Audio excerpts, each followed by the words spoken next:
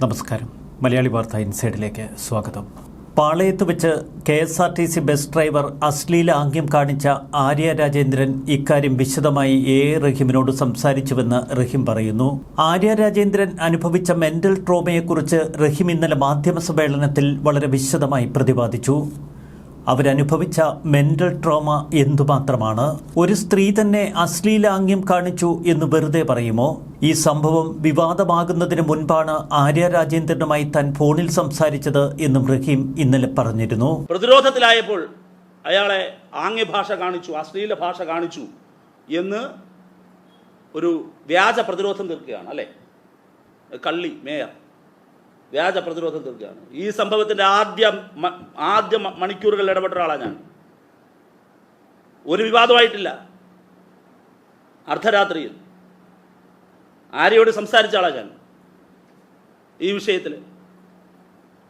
എനിക്കപ്പോഴറിയാം അവളുടെ mental trauma. ആ നിമിഷം, ഞാൻ വിളിക്കുന്ന നിമിഷം അയാൾ എന്നെ പറയുന്നുണ്ട്, അവർക്ക് നേരിടേണ്ടി വന്ന അശ്ലീല ആംഗ്യഭാഷയെക്കുറിച്ച് ആദ്യ ഇൻസ്റ്റൻസിൽ എന്നോട് പറയുന്നുണ്ട്. ഇനി പോട്ടെ, ഞാനീ പറയുന്നതിനെ അങ്ങ് മാറ്റിവെക്കുക. നിങ്ങൾ പരസ്യപ്പെടുത്തിയ, നിങ്ങളെല്ലാവരും പ്രക്ഷേപണം ചെയ്യുന്ന വീഡിയോയിൽ അവരാദ്യമേ പറയുന്നില്ലേ, അവരും അവരുടെ സഹോദരനും ഇയാൾ എന്താ ആംഗ്യ കാണിച്ചതെന്ന് ചോദിക്കുന്നില്ലേ? 3, പുറത്തു വന്ന അവരും ഡ്രൈവറും തമ്മിലുള്ള ടെലിഫോൺ സംഭാഷണം, ആ സംഭാഷണത്തിൽ അവർ ചോദിക്കുന്നില്ലേ ഇയാൾ എന്താ ആംഗ്യ കാണിച്ചത്? ഈ കൂട്ടത്തിൽ 2 വനിതാ മാധ്യമ പ്രവർത്തകർക്കുണ്ടല്ലോ. ഞാൻ നിങ്ങളോട് ചോദിക്കുന്നു, ഒരു സ്ത്രീ, ഒരു പെൺകുട്ടി അങ്ങനെ വെറുതെ പറയുമോ? അപ്പം അങ്ങനെ ഒരു ആരോപണം ഉയർന്നു വന്നാൽ അതിന് തെളിവില്ല, അതാരും കണ്ടിട്ടില്ല. തടഞ്ഞു നിർത്തിയതിന് തെളിവുണ്ട്, വീഡിയോ വിഷ്വൽസ് ഉണ്ട്, സാക്ഷികളുണ്ട്. എല്ലാവർക്കും കയറിക്കൊട്ടാൻ പാകത്തിലുള്ള ചെണ്ടകളല്ല ചെങ്കൊടി പിടിക്കുന്ന വനിതകളെന്ന് ഓർക്കണമെന്നാണ് ഇന്നലെ റഹീം പറഞ്ഞത്. റഹീം ഇമ്മാതിരി ഒരു തള്ളുതള്ളി വാർത്താ സമ്മേളനം നടത്തിയതിന് തൊട്ടുപിന്നാലെ സമൂഹ മാധ്യമങ്ങൾ ഇപ്പോൾ റഹീമിനെ ഏറിൽ നിർത്തിയിരിക്കുന്നു. റഹീമിന്റെ ഇന്നലത്തെ തുറന്നുപറച്ചിൽ സച്ചിൻ ദേവ് MLAയെയും വെട്ടിലാക്കിയിരുന്നു. സച്ചിൻ ദേവ് ബസ്സിനുള്ളിൽ കയറിയില്ല എന്നാണ് ആര്യ രാജേന്ദ്രൻ നേരത്തെ വിശദീകരിച്ചിരുന്നത്. കണ്ടക്ടറുമായി താൻ സംസാരിച്ചിരുന്നുവെന്നും സച്ചിൻ ദേവ് ബസ്സിൽ കയറിയെന്നും റഹീം പറഞ്ഞു കഴിഞ്ഞപ്പോഴാണ് മണ്ടത്തരമോർത്തത്.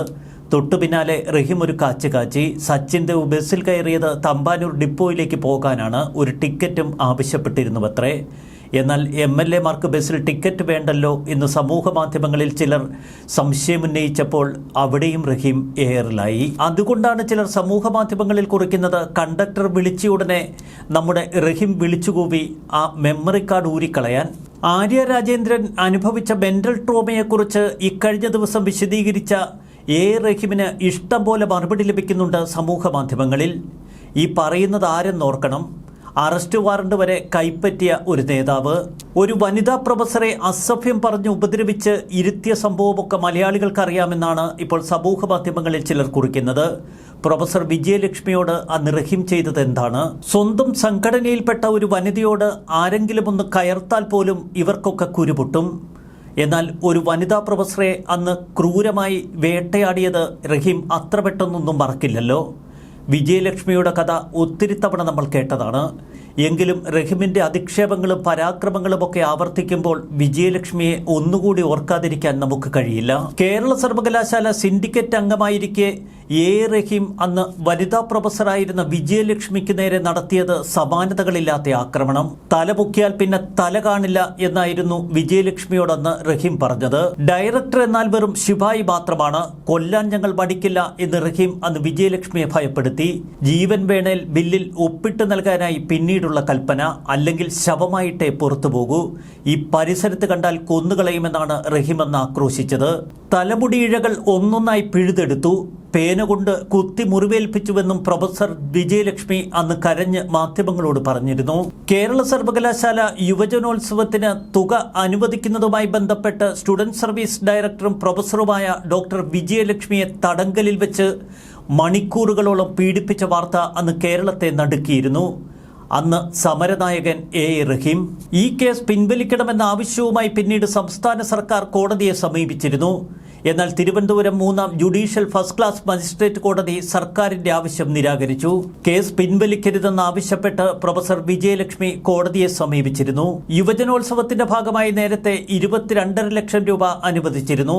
എന്നാൽ അനുവദിച്ച തുകയ്ക്ക് ബില്ലും വേണ്ടത്ര രേഖകളുമൊന്നും ഹാജരാക്കിയില്ല. തുടർന്ന് 7 ലക്ഷം രൂപ ആവശ്യപ്പെട്ടപ്പോൾ രേഖകൾ ഹാജരാക്കാൻ വിജയലക്ഷ്മി പറഞ്ഞു. അതാണ് റഹീമിനെ പ്രകോപിപ്പിച്ചത്. റഹീം എൻ്റെ നേർക്ക് വന്ന് താൻ എന്താണ് വിചാരിച്ചത്?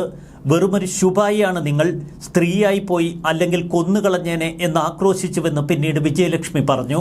ബില്ലിൽ ഒപ്പിട്ടില്ലെങ്കിൽ നിങ്ങൾ ജീവനോടെ പുറത്തു പോകില്ല എന്നതായിരുന്നു തനിക്ക് നേരെ ഉയർത്തിയ ഭീഷണി. ചെവിക്കകത്ത് വന്ന് പെൺകുട്ടികളെ കൊണ്ട് തന്നെ ചീത്ത വിളിപ്പിച്ചു.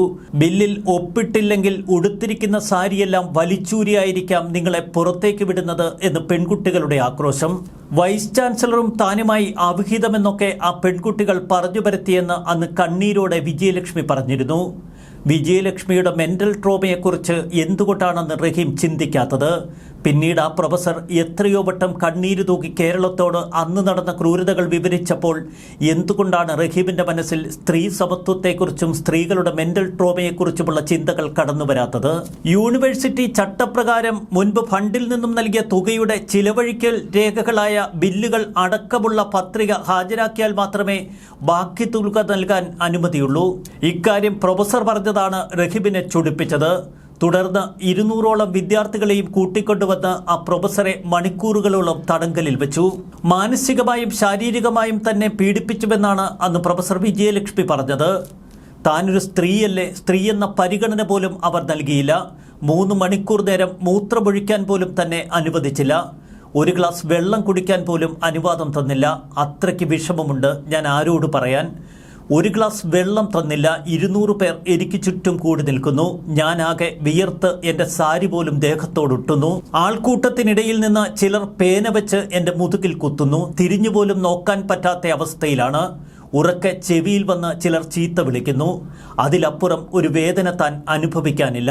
ഇയട്രം പൊട്ടിപ്പോകുന്നത് പോലെയാണ് ആ ചീത്ത വിളികൾ. അന്ന് റഹീം നേരെ PVCയുടെ മുറിയിൽ പോയി നിറയെ ചീത്തയാണ് വിളിച്ചത് എന്ന് വിജയലക്ഷ്മി പറഞ്ഞു. പിന്നീട് എൻ്റെ നേർക്ക് വന്നിട്ട് പറയുകയാണ്, ഡയറക്ടർ എന്ന് പറഞ്ഞാൽ എന്താ താൻ വിചാരിച്ചത്? വെറുമൊരു ശിപായിയാണ്. എനിക്ക് 10 പ്രാവശ്യമെങ്കിലും പറഞ്ഞു കാണും ഈ വാക്കുകൾ. സ്ത്രീയായി പോയി കൊന്നുകളയും എന്നന്ന് റഹീം പറഞ്ഞത് ഇപ്പോഴും തൻ്റെ കാതുകളിൽ മുഴങ്ങുന്നുവെന്ന് വർഷങ്ങൾക്ക് ശേഷവും വിജയലക്ഷ്മി ആവർത്തിക്കുന്നു. പെൺകുട്ടികളെ കൊണ്ട് അനാവശ്യ ചീത്തവിളികൾ. എൻ മനസ്സിൽ താമസിച്ചാൽ മാപ്പ് തരാം രാക്ഷസി, പിണങ്ങല്ലേ മുത്തേ എന്നൊക്കെ വിളിച്ച് എന്നെ ആക്ഷേപിക്കുന്ന അവസ്ഥ. ഇതിനെല്ലാം റഹീമും മറ്റുള്ളവരും പ്രോത്സാഹനം നൽകി നിന്നു. റഹീമിന്റെയും സംഘത്തിന്റെയും മാനസിക ശാരീരിക പീഡനത്തിനിരയായ ഡോക്ടർ വിജയലക്ഷ്മി പിന്നീട് കോടതിയിൽ ആക്ഷേപം സമർപ്പിച്ചു. സർക്കാർ ക്രിമിനൽ നടപടി വകുപ്പിലെ 321 പ്രകാരം ഏകപക്ഷീയമായി സമർപ്പിച്ച കേസ് പിൻവലിക്കൽ ഹർജിയിൽ അനുവദിക്കരുത് എന്നതായിരുന്നു വിജയലക്ഷ്മിയുടെ ആവശ്യം. 2017 മാർച്ച് 30-ാം തീയതിയായിരുന്നു കേസിനാസ്പദമായ സംഭവം നടന്നത്. കേരള യൂണിവേഴ്സിറ്റിയിലെ വിദ്യാർത്ഥികൾക്കായുള്ള സാംസ്കാരിക കായിക പ്രവർത്തനങ്ങൾക്കുള്ള തുക അനുവദിക്കേണ്ടതിൻ്റെ ചുമതല വിജയലക്ഷ്മിക്കായിരുന്നു. 2017 യൂണിവേഴ്സിറ്റി കലോത്സവ സമയത്ത് പ്രതികൾ 7 ലക്ഷം രൂപ ആവശ്യപ്പെട്ട് ഇവരെ സമീപിച്ചു. എന്നാൽ യൂണിവേഴ്സിറ്റി ചട്ടപ്രകാരം മുൻപ് ഫണ്ടിൽ നിന്നും കൈമാറിയ 22.5 ലക്ഷം രൂപയുടെ വിശദാംശങ്ങൾ സമർപ്പിക്കണമെന്ന് വിജയലക്ഷ്മി പറഞ്ഞു. അതാണ് റഹീമിനെ ഇത്രയധികം ചൊടിപ്പിച്ചത്. അതിന് വിജയലക്ഷ്മിയെ ഉപദ്രവിച്ചതിന് സമാനതകളില്ല. അന്ന് ആ പ്രൊഫസർ അനുഭവിച്ച മാനസിക ട്രോമയെക്കുറിച്ച് പിന്നീട് എന്തുകൊണ്ടാണ് ഒരൊറ്റ CPM നേതാക്കളും പ്രതികരിക്കാതിരുന്നത്? അധ്യാപികയെ തെറിവിളിക്കുകയും കസേരയിൽ നിന്ന് എണീക്കാൻ പോലും അനുവദിക്കാതെ തടഞ്ഞു വിൽക്കുകയും മുടിയിഴകൾ ഓരോന്നായി പിഴുതെടുക്കുകയും ചെയ്ത ക്രൂരത. പേന കൊണ്ട് മുതുകത്ത് കുത്തി ചിലർ പരിഹസിച്ചു.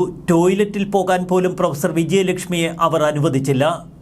3 മണിക്കൂർ മാനസികമായും ശാരീരികമായും അക്ഷരാർത്ഥത്തിൽ താൻ പീഡിപ്പിക്കപ്പെടുകയായിരുന്നു എന്ന് പ്രൊഫസർ വിജയലക്ഷ്മി എത്രയോ വട്ടം പറഞ്ഞു. എന്നിട്ടും എന്തുകൊണ്ടാണ് ഇതുവരെ റഹീം പ്രൊഫസർ വിജയലക്ഷ്മിയോട് മാപ്പ് തേടാത്തത്? ഇനി ജോലിക്ക് വന്നാൽ കൊന്നുകളയും എന്ന് ഭയപ്പെടുത്താൻ ആരാണ് റഹീമിനന്ന് അധികാരം നൽകിയത്? അതേ അധികാരികൾ തന്നെയല്ലേ ഇപ്പോഴും കേരളത്തിൻ്റെ അധികാര കസേരകളിൽ ഇരിക്കുന്നത്? ആ അഹങ്കാരമല്ലേ പാളയത്ത് തെരുവിൽ നമ്മൾ കണ്ടത്?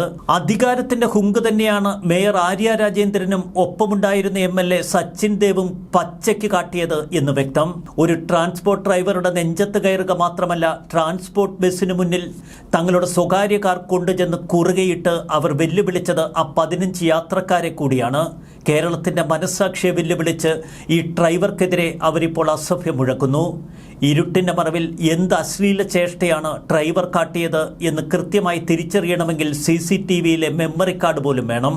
അതുപോലും അട്ടിമറിയിലൂടെ നശിപ്പിച്ചതിന് ശേഷം മെൻ്റൽ ട്രോമയെക്കുറിച്ച് റഹീം വിശദീകരിക്കുമ്പോൾ സമൂഹ മാധ്യമങ്ങളിൽ പരിഹാസങ്ങൾ ഉയർന്നില്ലെങ്കിൽ അത്ഭുതമുണ്ടോ? അന്ന് പ്രൊഫസർ വിജയലക്ഷ്മി നീതിക്ക് വേണ്ടി മുട്ടാത്ത വാതിലുകളില്ല.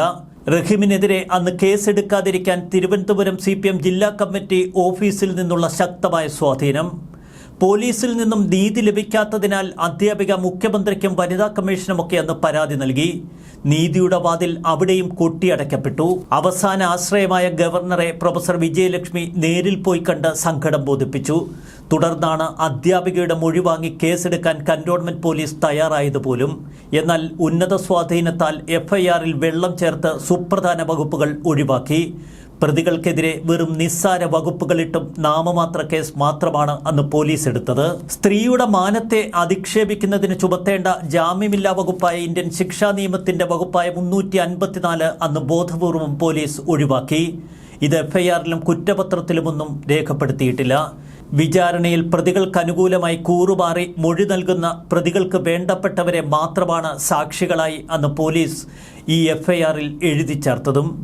ഒരു കേസ് അട്ടിമറിക്കുന്നതെങ്ങനെ എന്ന് വ്യക്തമായി അറിയാവുന്ന CPM നേതാക്കൾക്ക് ഒരു മെമ്മറി കാർഡ് അത് പ്രശ്നമാണോ? അത് ചൂഴ്ന്നെടുത്ത് ഇപ്പോൾ ഭസ്മമാക്കിയിട്ടുണ്ടാവാം. ന്യൂസ് ഡെസ്ക് മലയാളി വാർത്ത ഇൻസൈഡ്.